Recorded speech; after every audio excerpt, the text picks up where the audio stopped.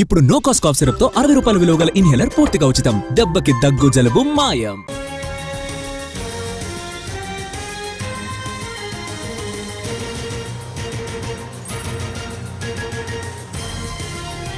ఉత్తరాదిలో కురుస్తున్న వర్షాలు వరదలపై సుప్రీంకోర్టు చీఫ్ జస్టిస్ ఘాటు వ్యాఖ్యలు చేశారు. అక్రమంగా అడవులను నరికివేయడం వల్లే ఇలాంటి పరిస్థితి వచ్చిందన్నారు సీజేఐ. పంజాబ్, హిమాచల్ ప్రదేశ్, ఉత్తరాఖండ్, జమ్మూ కశ్మీర్ రాష్ట్రాలకు నోటీసులు జారీ చేశారు. సుప్రీం ధర్మాసనం జడ్జ్ 3 వారాల్లోగా నోటీసులకు సమాధానం తెలపాలని ఆదేశించారు. పెద్ద ఎత్తున చెట్ల దుంగలు నీటి ప్రవాహంలో కొట్టుకొచ్చాయని, దీనిపై సొలిసిటర్ జనరల్ స్పందించాలని అన్నారు సీజేఐ. పంజాబ్లో నివాస ప్రాంతాలు, పంట పొలాలు పూర్తిగా నీట మునిగిపోయాయని అన్నారు. రాష్ట్రాల నిర్లక్ష్యం కారణంగా విపత్తులు సంభవిస్తున్నట్టుగా చెప్పారు సుప్రీంకోర్టు చీఫ్ జస్టిస్.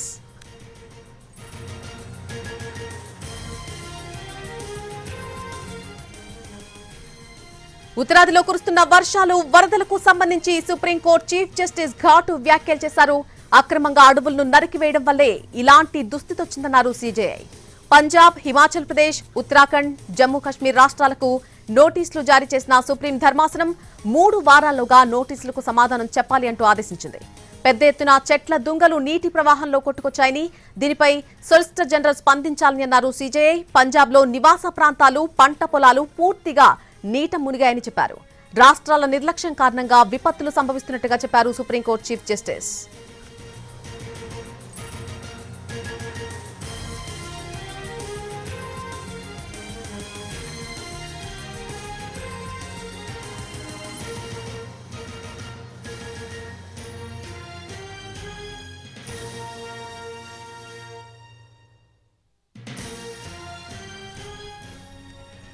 ఉత్తరాదిలో కురుస్తున్నటువంటి వర్షాలు వరదలకు సంబంధించి సుప్రీంకోర్టు చీఫ్ జస్టిస్ కొన్ని ఘాటు వ్యాఖ్యలు చేశారు. దానికి సంబంధించిన అప్డేట్ మనం చూస్తున్నాం.